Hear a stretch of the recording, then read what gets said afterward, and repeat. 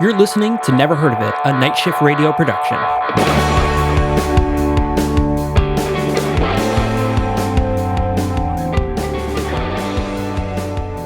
Cool. Good clap. It was a good clap, right? I Yep, always love getting solid. a good clap. I mean, like the clap in the beginning to sync.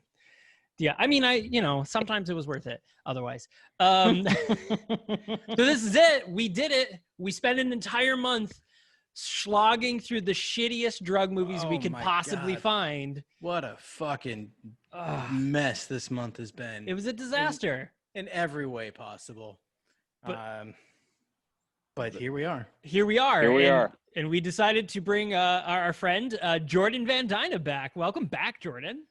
Thank you for having me. What a treat it is to be here. It's the treat is ours. You guys Indeed. look great. You look like you had a good month. You look like you slept some. You're looking refreshed. We feel it. It's Yeah. cinema magic is what it is. Right. I don't feel it. These are just like Snapchat filters. We're actually like hideous ghouls under this. So Yeah. I have a really great makeup department that I work with before every podcast episode, even when we're doing only audio. Might as It's well. worth all the money you pay them. I mean, you look just fantastic. So a couple of quick disclaimers before we get into this episode.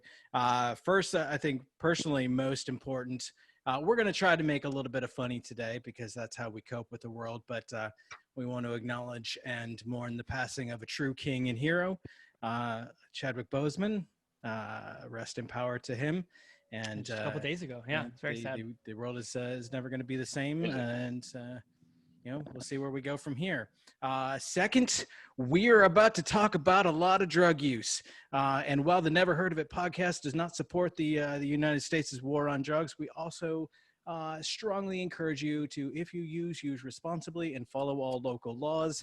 That said, it's the motherfucking binge. It's the motherfucking binge. Hello and welcome to the Never Heard of It podcast. I am your host, Michael Fight. And I am Caleb. I would have claimed El Pantera, but you've been doing that on Twitter for like a week now, so I guess I can't. So Caleb, best friends, Coy. You both can be El Pantera. It's okay. There can be two. Tell him the fucking Panther sent you. Who's the Panther? Where is he sending us? You know that original line. Were you there that night when we were shooting that? I wasn't there for that night. I was there for the later. Vince, it was a complete improv, and he said, "Tell them the Phantom sent you," and the Phantom has nothing to do with anything else. And that's what we were laughing so hard. We were like, "This is a completely unhinged man talking about the Phantom and tell him it sent you." Like, it's crazy. It's the funniest thing I've ever seen in my life. I just spit my beer out at that. That That's was a genuine spectacular. spit take for the first time ever on this show. Oh, fantastic!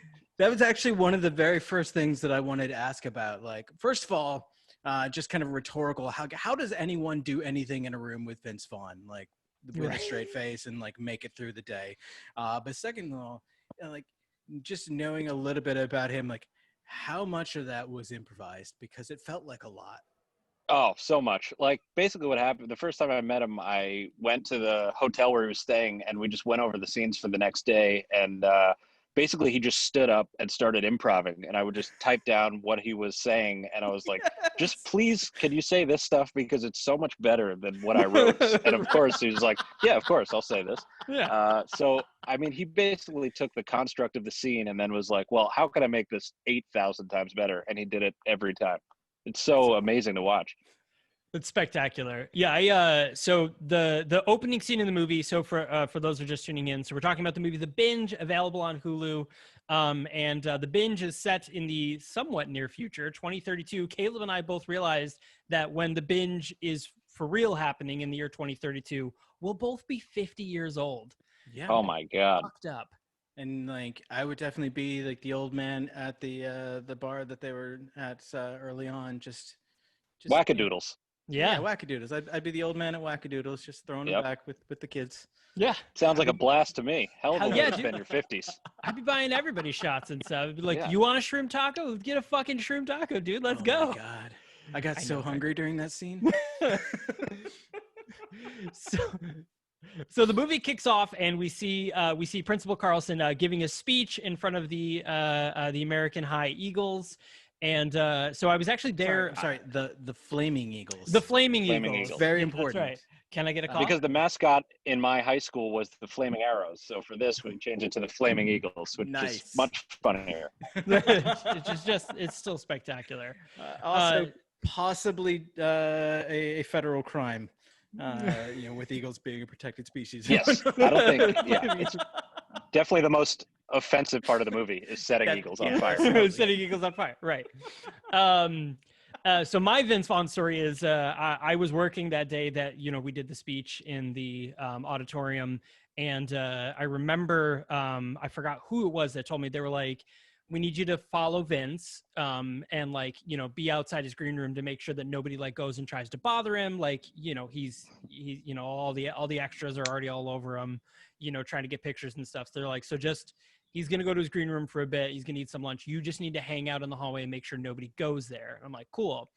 So I'm following him and his assistant up, and I see him to his green room, and he was like, you're going to stand there the whole time? And I was like, yeah. I was like, I'm just here to make sure no one comes in. He's like, all right. I mean, you're gonna hear some weird shit. Don't worry about it. And he just goes to the screen room. And I'm like, okay. So I just That's great. hung out in the hallway and sat and did. And did you hear any weird shit? I did not hear any weird shit. I was kind of disappointed, but it was really just him eating his lunch, and then he came out and he's like, "You're still here." I was like, "Yeah," and he's like, "All right, let's do this." And then he just walked down the set. That's great. So, I was one time we were in his hotel and we're just in the elevator. It's me and him, and someone walked in the elevator with us, and he just said something like, "I'm not going to tell you where the body's buried. You need to figure it out yourself." And the person was just like, "What the fuck?" And Vince Vaughn's voice is so familiar that it's obvious who it is, from a mile away. Right. He loves to have a good time, that guy. That's awesome. So I'm not going to do it. So Jordan, tell us the inspiration, the plot and inspiration for this film. Give us the lowdown. Oh, can you imagine the hours I spent thinking about the title for this movie? I mean, that's where it came from. I came up with the title first and worked backwards. That's what I always do. But I was writing those weekend scripts where I would write a script in a weekend and just post them online. They were parody scripts. I did Fast 9, The Fast and the Fuhrer. They Go Back, They Race Hitler. And those were going viral, but I knew there was no way I could ever sell those scripts because they had IP involved with them. Right. So I was like, well, what can I write that I could actually sell? And then The Binge came out, and I had never seen The Purge, so it's not really a parody. I just knew the concept of it, but it's not like a scene by scene parody of it at all. Right. Yeah, not at all. Yeah. Yeah, I mean, the original draft, I probably wrote it in 2015, and it's obviously so different. It changes. I mean, producers have notes, then the directors have notes, the studios have notes, actors. So it changes so much from the first version. It's crazy. Yeah. So I posted a picture online, but I had one of the version of scripts that I had gotten. And I remember reading the very first script that I got, which is, probably like version number 4 of once it finally got sold, and just the amount of things that are completely different. With Principal Carlson alone, his involvement in the film, there's a lot of things where I'm like, oh, they just don't even have this entire scene, stuff like that is pretty crazy. I mean, on the day as we were shooting, everything changed.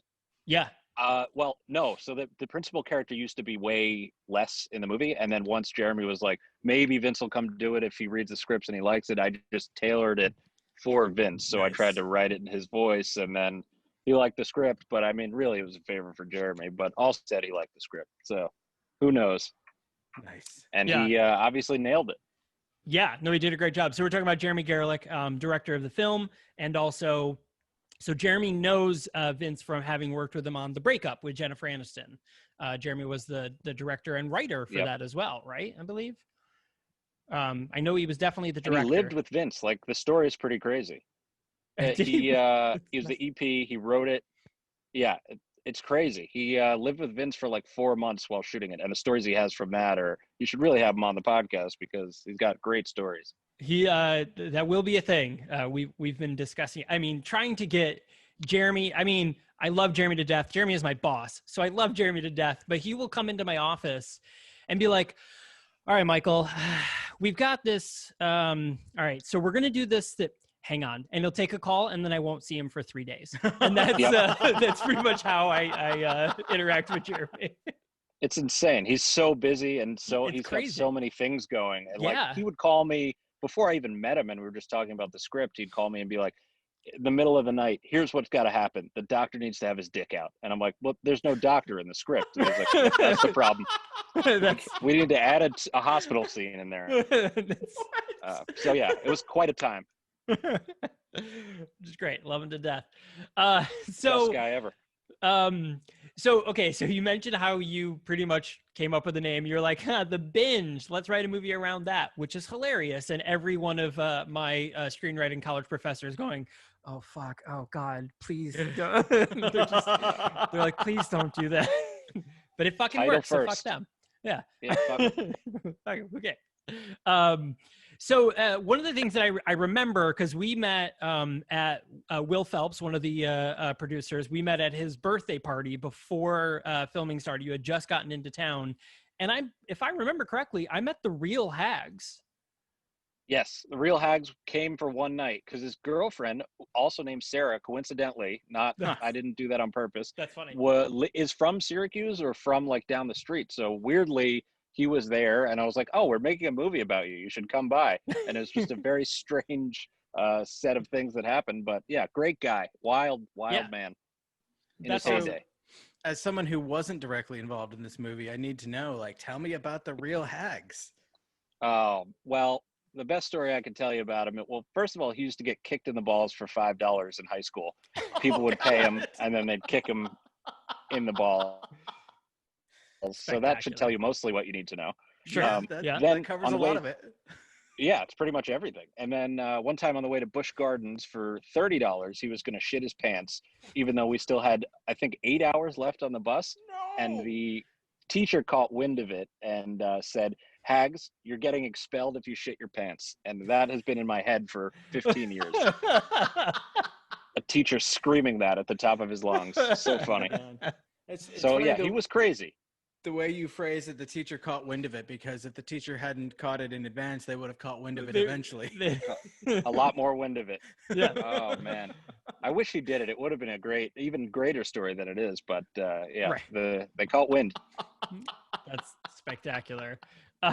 So the story follows Griffin and Hags, best friends forever. They've been best friends their whole life.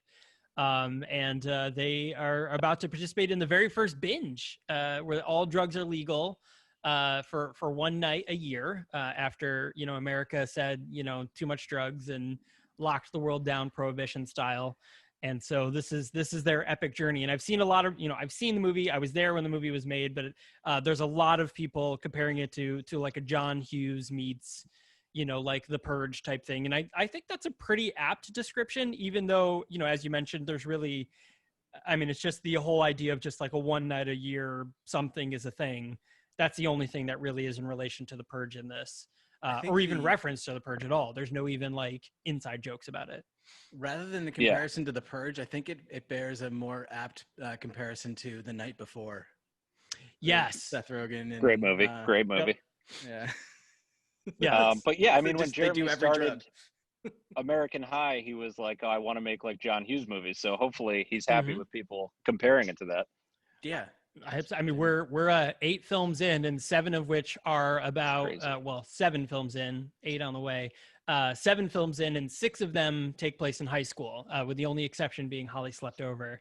So and we got another one lined up to start filming. We were actually how's that going? Good. It's basically ready. So we were ready to start filming. It was the Friday before the Monday we were going to start filming. And like everyone was ready. People were like packing up camera equipment. Like all the trucks were packed up. Like we were like, okay, Monday morning, meet at this location. And then, Cuomo was like, "Oh, hey, by the way, all businesses are shut down." And we were like, fuck. So we shut the whole film down. We kind of everybody kind of laid low for about 2 weeks just to see what was going to happen. And then they finally Hulu and everyone kind of fully pulled the plug, and they were like, no, send everyone home indefinite. So hoping to get back up and running soon. So it'd be very exciting to do, because it's also going to be a fun one. So a lot less that drugs. script's really funny. Yeah, it's really good though. I read it, love it. Yeah, me too. Same. I really enjoyed it. So, and I got to contribute a few things to it, which is nice. Hell yeah. So Griffin and Hags, best friends forever. Finally, this is it. They're 18. They get to do the binge. So they're like, all right, let's plan. And there's a special party at the Carnegie Library, which is at the actual Carnegie Library here in Syracuse.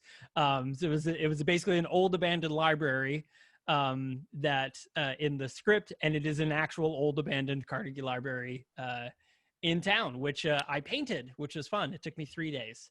So it looks amazing. Is that on SU campus? No, it's actually right in downtown in Columbus Circle. It's right next to the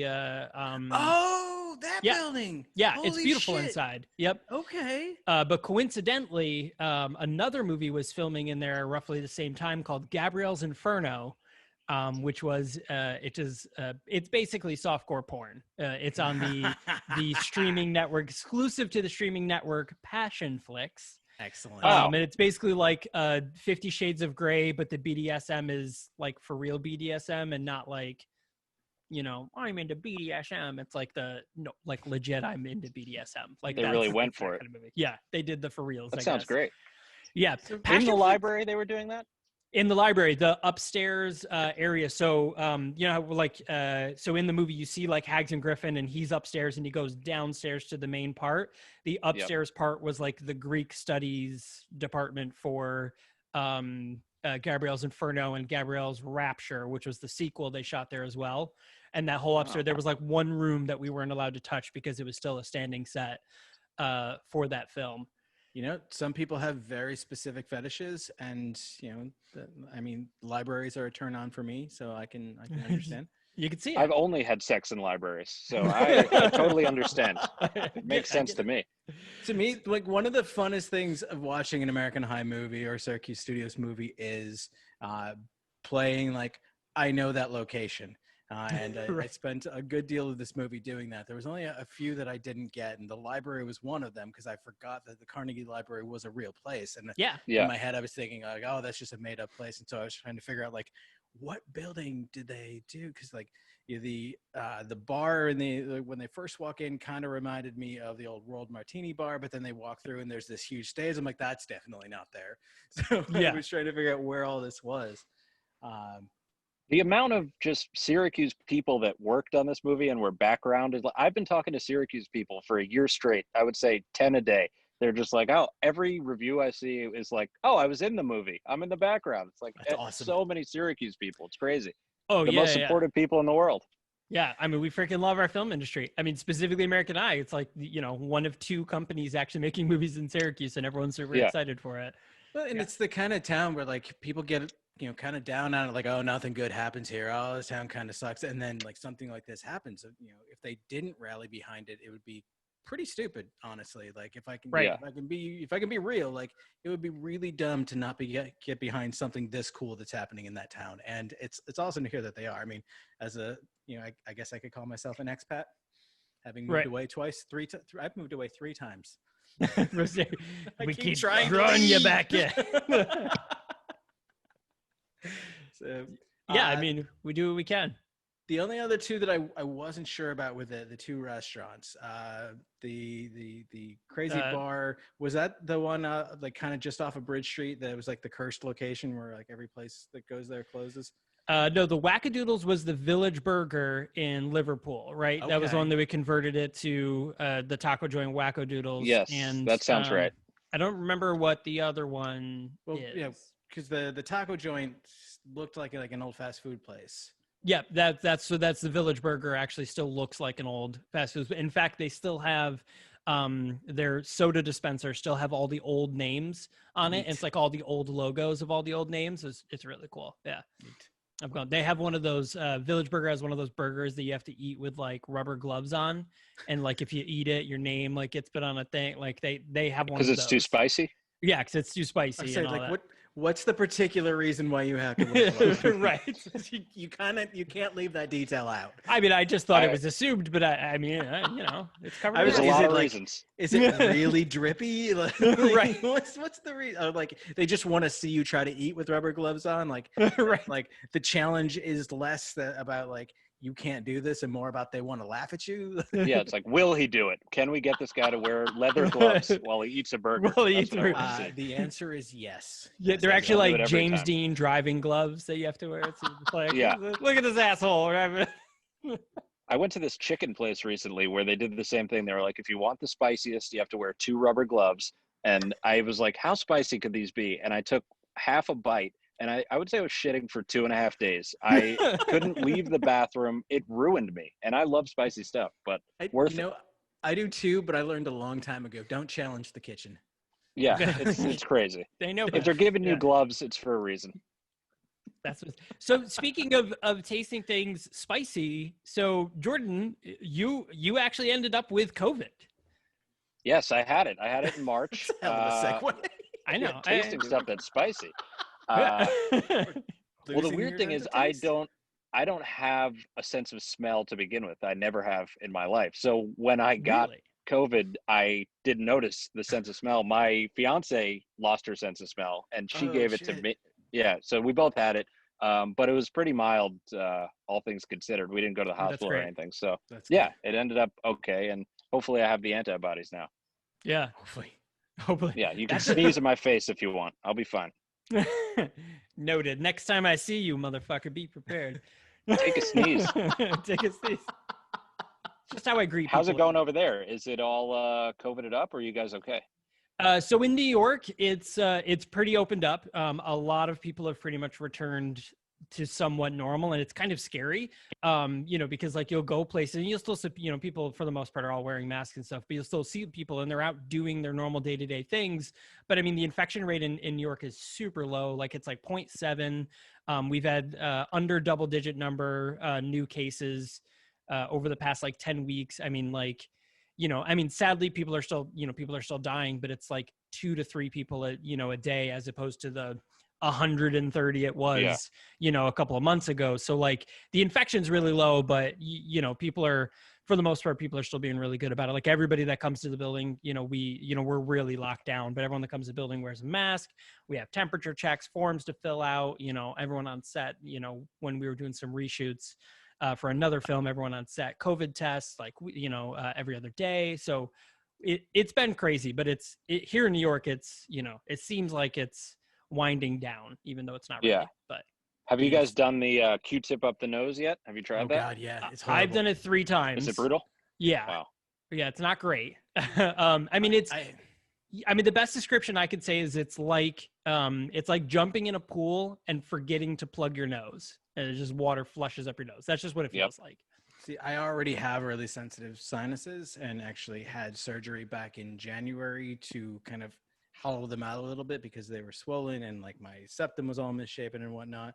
And so like when I had my test, like I was dreading it to begin with, but it just like, it was this like really, really fine tip swab that she just got like just shy of being able to tickle my eyeball. And it was just scraping around. And like, I felt it for hours afterwards. It was miserable. Someone showed me a video of them doing it the other day and they were like, yeah, she wanted to be in there for 30 seconds. And I was like, it seems like she's messing with you at that point. 30 seconds is so long. The first test the first test that I did, I had to do 15 seconds in each nostril. And I had to twist it the whole time. So I like sit back, jam it on my nose and turn it. And they counted to 15 and then I pulled it out and I jammed up the other one and counted to 15. And then I did that. It was wild. Thankfully, mine was quick, and I think, you bless all the healthcare workers out there. They're doing an amazing job, but I think some of them take a little bit of pleasure out of doing that to people, especially probably if they run into people that they think are being irresponsible. They're like, well, let's get extra deep up in there and like really make sure make sure they remember this. I mean, if we're being honest, that's what I would do. Yeah, why not? I've had the antibody test, which is great. They just prick your blood and then you get the results in like 5 minutes. It's perfect. Oh, that's awesome. So I suggest getting COVID and then getting the antibody test. Yeah, that's the easiest way. Yeah, I mean that to feels avoid like the nostrils. yeah the least uncomfortable Most sensible way. thing. Yeah. Well, Yep. around here, that feels like a very high probability because the St. Louis region in particular is still just a fucking mess of irresponsible So is people. LA. Yeah, it's terrible here. That's crazy. Hooray! Anyways, Good for speaking us. of irresponsibility, back to the movie. My segues are just there on. They're You're on fantastic. fire today. So Hags and Griffin, they've got their special wristbands to get to this special party. They're orange wristbands. And we learned that Griffin is madly in love with Principal Carlson's daughter, who is played by Grace Van Dien, who Caleb was excited when I showed him the cast list of when I started working on the movie. He was like, wait, is that Casper Van Dien's daughter? Like I just Starship remember- Troopers? So I many remember people you have asked texting me me saying like, "No, she can't introduce you to her dad." I'm like, "Fuck. Casper, if you're listening, I love you." that. She can introduce you. Let's get her on this podcast, and we'll That's have it. the dad come on. Yes. Call her Why ass not? up. Oh my god, dude! Like, there's a very short list of people for whom like I would fanboy really hard if we got them on one of our podcasts, and Casper Van Dien is one of them. You got to put in the request. I'll tell her, and I'll say we got to get your dad on. We'll get him on. Well, yeah. He's She'll never answer my call again. She's like, Jordan, no. Yeah, stop calling me, please. How did So you get this number? so Griffin is madly in love with Principal Carlson's daughter, who, you know, Carlson just gave this huge speech about how terrible it would be if you participated in the binge and, you know, you're a degenerate and you're going to ruin your life. And, you know, so at this point he's kind of like, oh shit.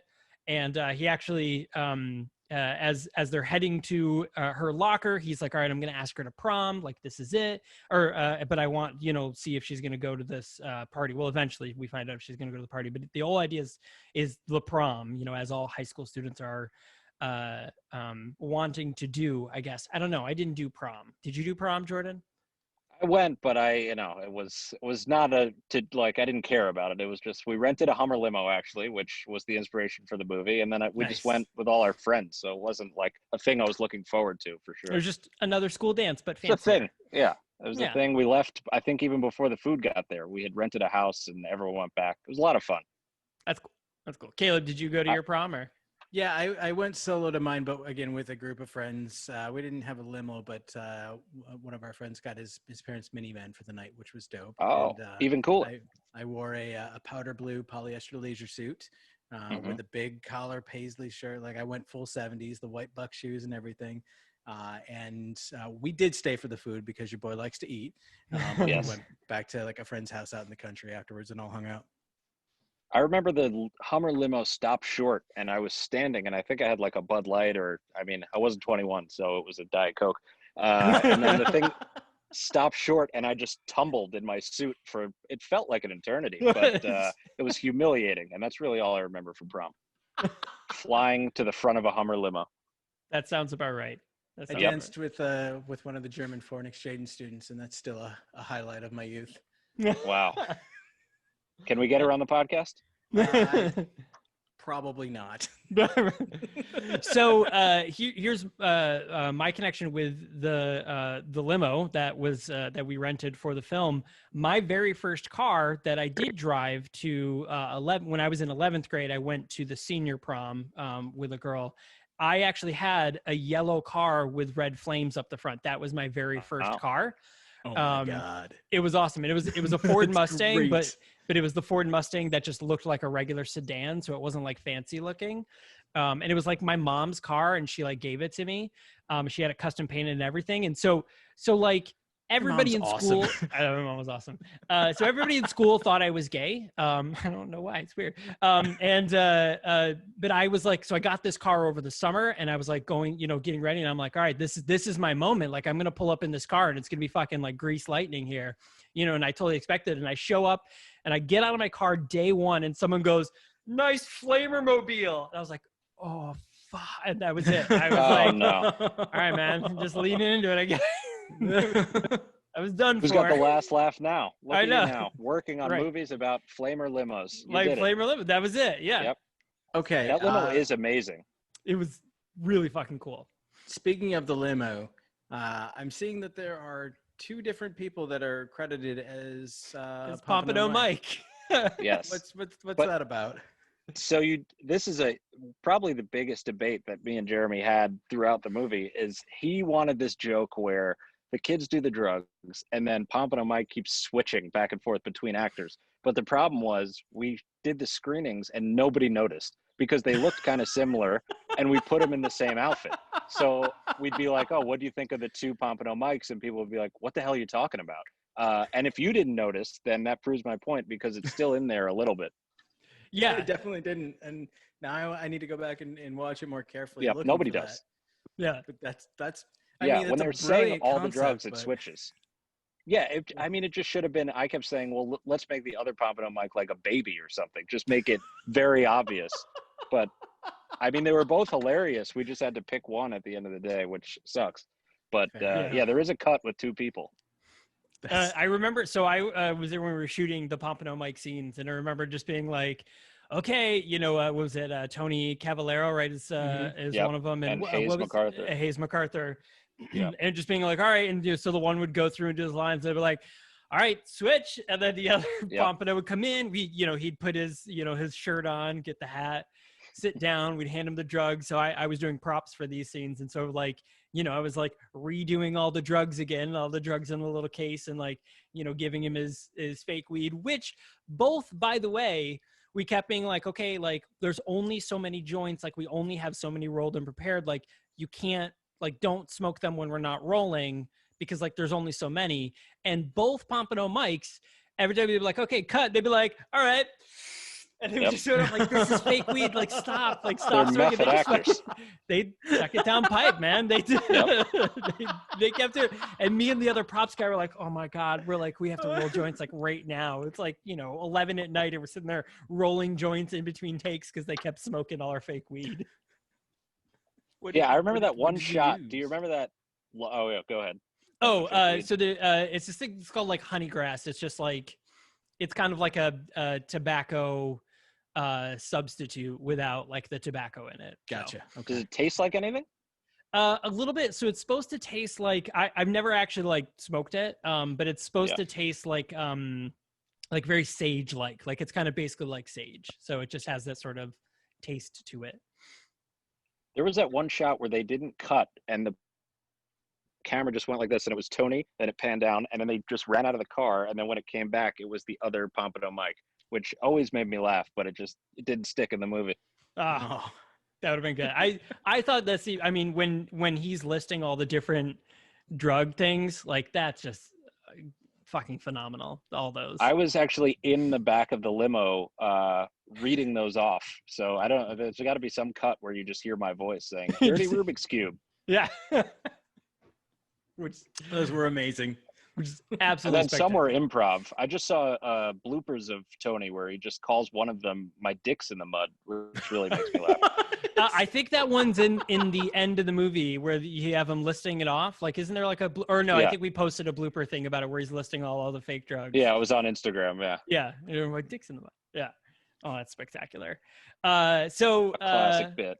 It was a classic bit, indeed. So where are we at? Should we be taking a break by now, Caleb? What's our time at? We're a little past half an hour, so yeah, we probably should. Yeah. All right, let's go ahead and take a break real quick. We'll hear from our sponsor from this week. And just a quick reminder, we debuted our brand new logo today. So that's pretty exciting. So if you, hopefully you guys like it. I spent a lot of time, I spent like 20 minutes on it, but I spent a lot of time doing it. You spent more time, listening to me critique it than actually making it, I think. I designed it, the laptop, and I put the popcorn and remote, and I think I spent more time trying to pitch why the popcorn and the remote should be in the logo than I actually did making it. And Caleb's like, no, like we shouldn't have popcorn on a laptop. Like we're encouraging bad behavior. He's like, food on a computer is very triggering for me, and it was. I agree. I'm with you. trying to get you to understand that like there was no version of that where that was going to be okay with it. And I'm like, yeah, but people won't know that we review movies. I just don't know. And fuck it. So it still looks good. So, but that being said, if you guys haven't checked it out, we're on Twitter and Instagram at Twitter at the Nahoit Podcast, the NHOIT Podcast on both Twitter and Instagram. But of course, we have a website. Not only do we have a website, but our podcast network has a website. Caleb, what is that? Yeah, so you can check us out specifically at thenahoit.com, which sometime soon I'll be getting my ass a gear and rebranding with our brand new logo. But you can also check out all of the Night Shift Radio shows over at nightshiftradio.com, conveniently, /shows. Wow. So nightshiftradio.com /shows. You can check out currently all 5 and growing in our little podcast empire. I know, man, we just made that link so simple for you lazy fuckers. I mean, easy. And of course, if you want to How go much visit, easier could you make it? I'm just saying, I'm doing all the work here for you guys. And of course, if you want to visit Twitter, Jordan on Twitter is Jordan Van Dyna. Simple. And on Instagram as well, right? Jordan Van Dyna. It's just. It used to be Shrimp Tooth, but then everyone kept asking me, what does Shrimp Tooth mean? And I said nothing. And then everyone was disappointed. So I was like, fuck it. It's going to be my name. It's easier. I don't want to talk about Shrimp Tooth. Which is spectacular. And of course, Weekend Scripts. It's just weekendscripts.com, right? So you can check out all of your fantastic all of my scripts. fake scripts that could never get made that I did for free that are online now. So yeah, go for it. You had the Snyder Cut before anyone. I really did. It's true.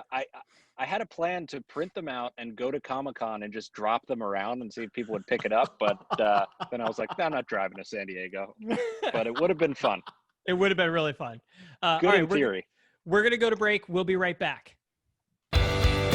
You're listening to a Night Shift Radio production. Night Shift Radio is a modern media company bringing you shows that entertain, inform, and most importantly, provide an escape. Never Heard of It dives into the world of bad, obscure, and sometimes just weird movies. Follow along with the crew of Set Condition 1 as they experience the 2004 sci-fi hit Battlestar Galactica, one episode at a time. Each week on Left of the Dial, we explore a new record or revisit an old favorite.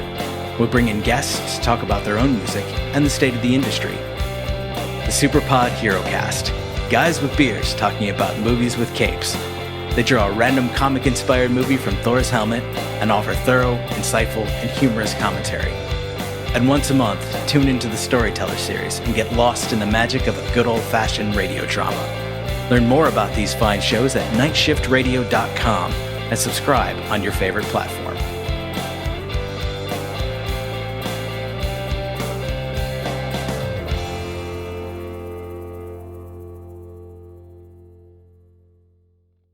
All right, hello and welcome back. Thanks a lot, guys.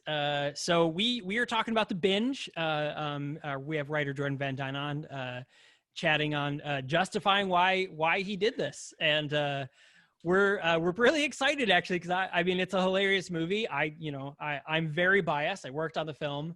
I spent a lot of time with it, both on set and in post. Getting everything ready. But it's a fucking funny movie, so I wouldn't lie to you guys. My high school friends are losing their minds because every name in there is from high school. All the names I list in my cameo are all high school friends, and they're just like, how the fuck did they let you make this inside joke of a movie? Every name is Matt Menina, Greg Olivoti, all people I've been friends with for years. So quite a thrill for them. Mark Maynard, what the fuck? Yeah, exactly. I did a great job. My mom watched the movie, and then she said, I didn't see you in it. Where were you? And I was like, I have like 18 lines. What are you talking about? You didn't see me. I have a huge part. Unbelievable. Like Jeremy has a cameo in the movie. You see like the side of his face for like half a second at the party scene, but like you legit are a character. Like I'm you have in a an name integral and scene of the movie where Right. I don't want to spoil it, but yeah, Skylar finds out good information, and I'm in that scene. She didn't notice me. Very strange. That's spectacular. I think I should be worried about my mother. I don't know. Something's weird about that. Maybe you just send her more pictures every so often to be like, hey, just in case you forgot, this is what I look like. Yeah, I don't know. I mean, I did shave for the first time in 15 years to look like a high school student. But my voice, you can't mistake this voice. No, it's very apparent. Yes, unbelievable. Well, Mom, that was disappointing, I have to say. Yeah. I guess, there's a chance she just didn't watch the movie, and she was like, "Oh, it's very funny." And, good to see you. I'm sure it's great. Yeah. Yeah, it's people Vocally say it's funny. I don't supportive, know. but Yeah. not Right. at all interested. Nice lady, but doesn't like comedy. So, oh well. See, that's great. So I told my mom about this movie. I was like, yeah, like this is the first movie. This is the fourth movie I've ever worked on, but it's the very first movie that's ever been released that I've worked on. And I told my mom, and she was like, "Oh, that's wonderful." She's like, "Yeah, we're not gonna watch it though, but good for you." And I was like, Yeah. "Cool." At least she's honest though. I mean, she She's just not flat out, blowing she's smoke like, up your ass. "I'm not gonna watch it." I'm like, "Great, Yeah. thanks." Not like My Jordan's fiance's mom. parents were like, Sierra's parents were like, "We don't have Hulu." I'm like, "Oh, it's $6. Like, I can get you the Hulu if you want. You don't use that as an excuse." You get a free month if you just sign, like pick an email address, sign in. They'll give you a whole month for free. Yep. They could have gone in That's, on your Twitter competition thing to. Oh, That's what I said. They should have Get a free retweeted me. I month? would have paid Yeah. the $6. I paid a lot of people for those. it's good promotion. I like that. Hulu is Yeah. probably Got it. very happy with you. Got it out there. Yes, I hope so. So we've got Hags and Griffin. So he's with Lena. Griffin is with Lena. He's about to pop the question. She opens her locker and kablamo. We get confetti everywhere. Now my behind the scenes part of that is that so that scene was shot with Skylar and Grace doing it, but then a whole bunch of things didn't get shot in terms of the actual, like seeing the explosion of the confetti, seeing her pick up the promposal, seeing her open up the promposal, holding the phone up when he takes the photo of them. So my part as I was part of set deck for this part, we actually reshot all of the insert scenes, they're called, of all the parts of just like the people's hands. Those were all stand-ins, actually holding the envelope open, like when she's reading it. There's a stand-in of Griffin's arm and the camera. That's a stand-in, actually. It's a stand-in's arm holding the camera up. But I this knew that happens in wasn't movies all the Skylar's time. arm. Yeah, you can tell. Way less freckles, right? I Yeah, love makes sense. one of the reviews on Facebook was like, "Oh, I love that freckles guy and the kid with the hair." That was like Perfect description. Yeah, I love the freckles guy and kid with the hair. It's like, yeah, that's the movie. Yep.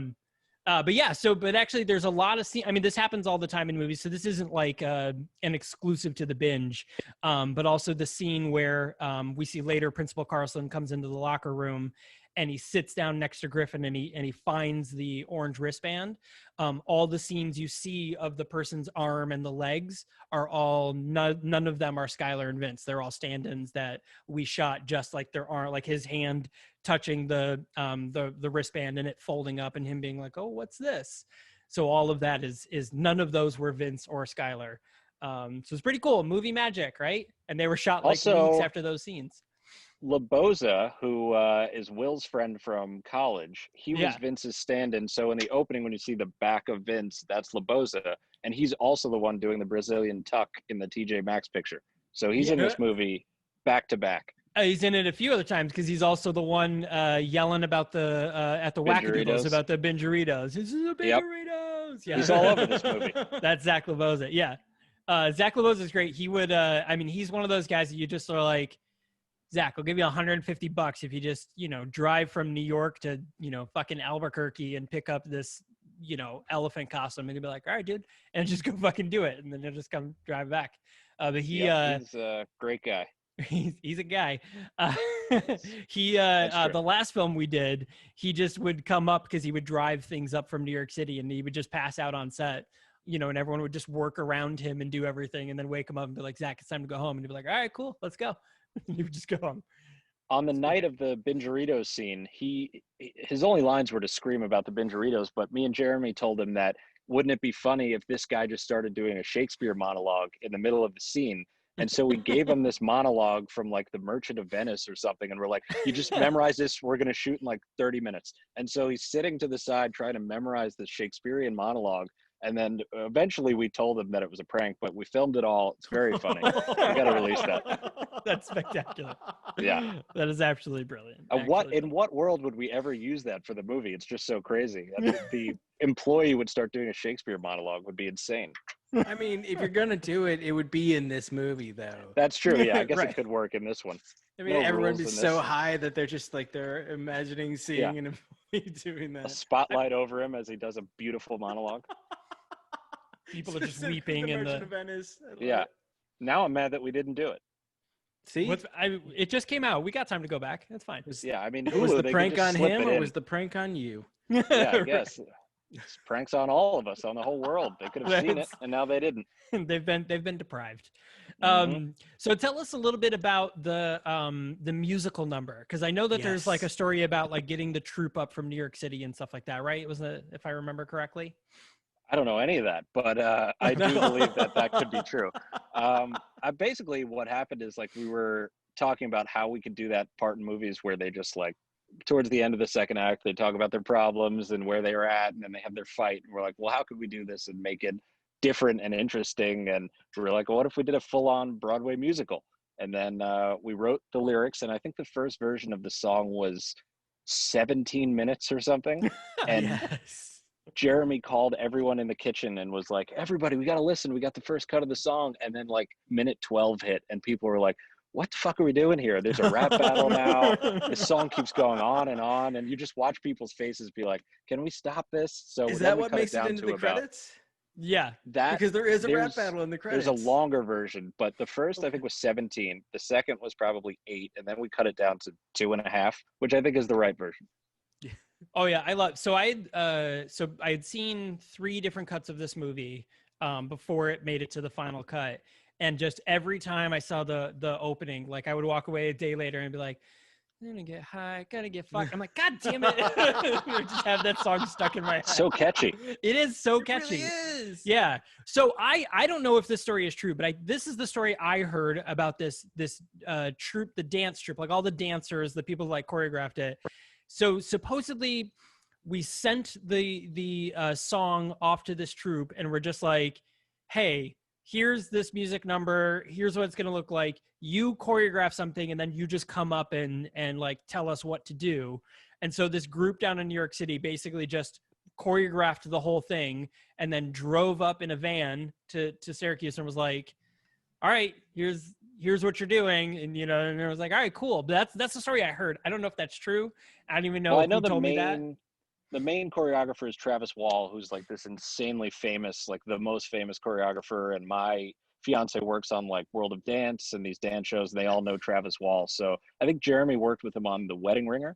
And so Yeah. as a favor, he was like, yep, I'll do it. And then he came up with his dancers, taught all the actors, and the behind the scenes footage of learning that dance is hilarious. We got to release that somewhere. Oh yeah, Yeah, it was you great. should. So I didn't actually. So I worked a couple of different things on this movie. I was a lot of different jobs. But I actually did. I wasn't there at all for the dance number scene because it was an all night thing. It was an overnight shoot. Which I mean, honestly, I was glad. I got my sleep in. But actually, It's I mean, very at the important. time, I was actually painting the Carnegie Library for the Gauntlet scene. So that was being done while you guys were doing the dance number scene and stuff. So I missed out on that fun on set, but Well, you it was missed out pretty awesome. on charades. That was Vince's last night, and he, instead of just leaving after he's done shooting, he was just hanging out while they were doing the musical. And he's like, you know what we got to do? Play a game of running charades. We're like, what the fuck is running charades? And then he was like, I used to have these parties at my house where we'd play charades, and he was like teaching us all the hand motions, and like he was really serious about it, and like teaching us in different groups how to be great at charades. And it was the best moment of my life. It was so funny. He played for hours. It was fantastic. I mean, I guess it would be too much like dodgeball, but I just feel like Vince Vaughn in a movie about competitive charades is like an inevitable thing at this point. We got to do it. I mean, we might as well do it next at American High. Why not? It I'd watch it. writes itself. A competitive high school charades group led by Vince Vaughn, who's trying to reclaim his glory Yes. of his charades Mhm. day. He missed out on the championship, and he's going to make sure that this team does it. I mean, it's done. That's it. Written. Jeremy. Finished. Jeremy. All right. At Hulu. Hulu, are you listening? We just cracked it. Right. We done did it. Yeah. So where are we at? We've got the musical. I don't want to spoiler a lot of stuff. We're not going to spoiler too much. I mean, we normally spoil the shit out of movies, but this one, I feel like there's a lot of good reveals that should be kept to themselves. I mean, most of the movies we talk about deserve to be spoiled because they're terrible. Right. This doesn't fall into that category. This deserves a gentler You touch. could spoil this one. Nobody cares. Do whatever you want. I mean, in If all you wanna fairness, spoil stuff, it doesn't came matter. out 2 days ago, bitches. You already should have watched this. I've been talking about it for like 3 weeks. Yeah, straight. everyone's seen it. Like, it's probably at this point, it's probably the most watched movie on Hulu this weekend. So It's in there like summer movie night recommended category. It was right up there when I logged into Hulu last night to watch it. I was like, boom, Fantastic. there we go. I don't even have to look for it. You're I presenting wish it to me. we could see that 1 through 10 like Netflix, but if you search, it says trending. We're #1 trending, so that's good. I That's don't awesome. know exactly what Yeah. that means, but it seems good. I don't know. I'm sure we'll get numbers. I'm sure I'll get an email with like, hey, this many people watched it these days. And I'll be like, cool. So it'd be great. Sure. There's no way to know. They could say anything. I mean, Right. they don't reveal the actual numbers, so they'll tell us anything we want to hear. I mean, I'm fine with that. I like that in my Lie to friends too. Just lie to me. Make me feel good. Yeah, please. That's why I stopped Were you talking there to for the Caleb. cow No. stuff? Do you remember any of that? Yes. The cow chaos? So so I was there for the cow. I was also there for the cow. I was specifically there for the cow reshoots, and I was the one arming the animatronic cow. So that was Great. You told me about the animatronic. Yeah. cow. So there's a scene where Hags is shoving the drugs in the cow's eyes. Yes. And we very specifically were like, please don't touch the cow's eyes because they're mechanic. And if you touch them, like you'll push the thing in. And every single take, Dexter Darden pushed the eyeball in. And I kept that, you had to like go through the mouth to like pop the eyeball back in. And I was like, hey, Dexter, can you stop pushing in the eyeball? Like this cow's like $40,000 to rent. Like, and he was like, oh yeah, sorry. And then he's like, all right, rolling, pop. And I'm like, motherfucker, come He was in the on. moment. You can't rein an actor back. But it was great. And it worked. And it was fantastic. And it was hilarious.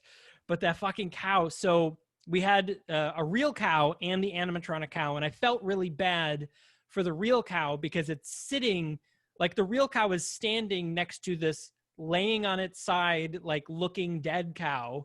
Like I can only imagine what this real cow is being like, where the fuck did you take me? Like it's the Why middle am of I the here? night. I'm in the middle of this fucking field behind this weird building. And there's a dead cow sitting right next to me that is not moving. Like it was creepy. But the other thing about it was the animatronic went to the wrong Syracuse, or it was the day we were supposed to shoot, it was delivered to the wrong place. And so for that first night of shooting, we just put a cow print rug over pillows instead of the animatronic. And that's why we had to go back and reshoot the other side of it. So like, if you look at that first shot where they're coming up on the cow, it's just like lumpy pillows and a cow print rug, which looks fine. No one will ever notice, but it was crazy. The animatronic just got lost in the mail. I mean, when you're shooting a scene where a like massive flame painted Hummer limo just hit a cow, you have a little bit of leeway. That's true. I mean, people aren't looking for realism at that point. I know, right? Yeah, it was crazy. So the scene. So there was 2 different cows, live cows actually used. So the one in the original shot, and then another one in the reshoots.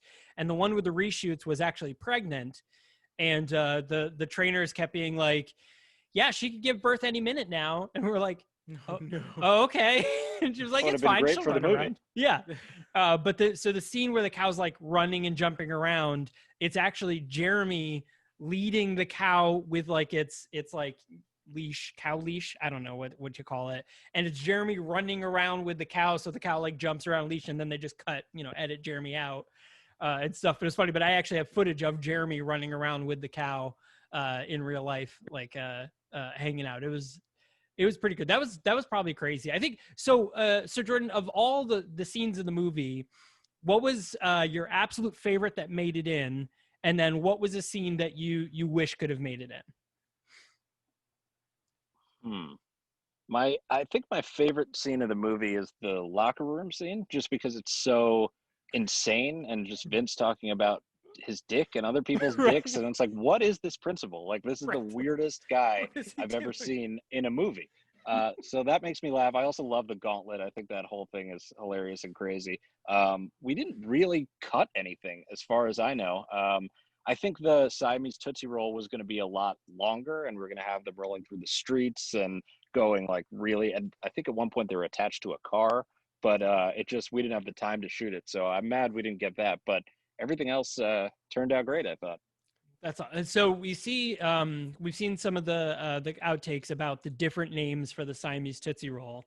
Do you remember what some of the other names were? I only remember the one. So I don't remember any of them. I only remember Siamese Tootsie Roll. What were the other ones?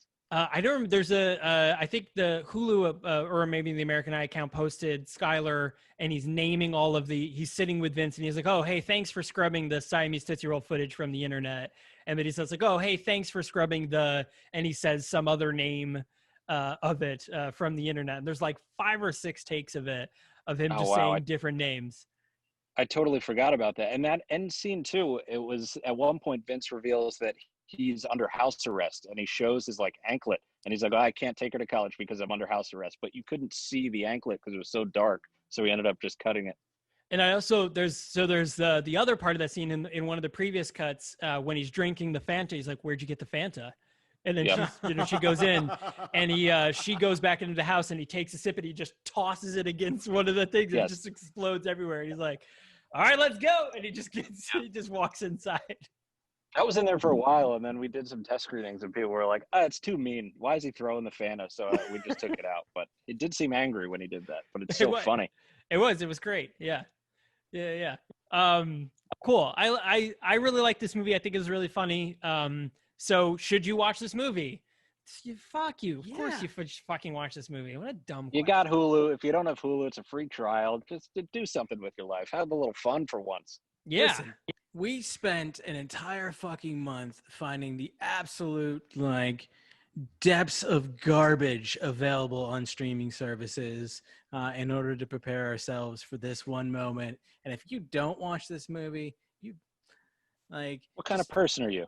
You make me sad. I take it as a personal affront. We spent 2 hours watching Weed Wolf and then had to fucking talk about it for another hour. That was the shittiest movie I've ever seen in my life. Fuck you, Calvin Hall. Weed Wolf. Fuck you for bringing it up. He made the new logo. The logo has the popcorn on it. Give him a break. I mean, come on. It's fucking ridiculous. So thanks a lot for joining us, everyone. We hope you watch Hulu, the movie The Binge on Hulu. Watch Hulu. I hope you watch Hulu too, just in general. Just Hulu in general. Have some fun. Yeah. Take some time for yourself and just watch all of Hulu. You deserve it. A to Z. While you're there, watch Big Time Adolescence. End to end. While you're there. That's another American High film. But yeah, so definitely check it out. It's we'll have a link below directly to the film on Hulu. Another great film. And then of course, share it with a friend. But don't make them sign up for their own account and do it so that way it looks like more views and not just you watching it a bunch of times. And Hulu, sends you an email just being like, "Are you okay?" We don't Never heard of it. Podcast. Are you still watching this? You watched The Binge 60 times? Yeah, no, please don't. It's each email, just a different number at the end. It's Pot God 68, Pot God 69, Pot God. Hell yeah. And of course, if you guys thought this episode was amazing and you want to support not only us but also Night Shift Radio, we have a cash tag. Hello, fellow children. We have a cash tag. We're hip. And it is hashtag Night Shift Radio. And for this episode, if you liked this episode specifically, send us $4.20. That's what we're after. Write that on our cash tag. So hashtag Night Shift Radio. We will also accept $420.69. Yes, that would be the top tier. The $4.20 is also a great tier for loving it. So we appreciate all of them. So Jordan, thank you very much. For coming. So what have you got coming up? So you got some, I absolutely said that. That's not a line you want to take out of context. I'm going to walk that back. What do I have coming? What do you got coming up? I sold a movie to Netflix called Cocaine Hippos. When we can shoot that, I have no idea. We'll see if we can ever shoot another movie again. I'm writing on Animaniacs, so that'll be out in November, the first season. Yes. Yeah, and then a few other things that aren't official but we'll see. I don't know. Everything falls apart, so who knows? Maybe I'll never do anything again. Who can tell? Yeah, I'm particularly glad to hear that your last appearance on this podcast did not get you fired from Animaniacs. Yeah. Yes, no, it didn't. Nobody said anything to me, but I also haven't been in the office, so nobody even knows I exist, I don't think. We've been You off were since actually March. fired several weeks ago and just don't know yet. No. We fixed the grid. I haven't gotten a check in months, but Right. yeah. I'm glad I'm we writing. both, No one's paying me. Yeah. They're paying you in kudos. The granola bar. Paying you in exactly. exposure. Yeah, paying you in exposure. Oh man, fuck that. I've done some movies. Exposure. Let me tell you. All right, guys. So thanks a lot for joining us. We super appreciate it, and we will see you next week.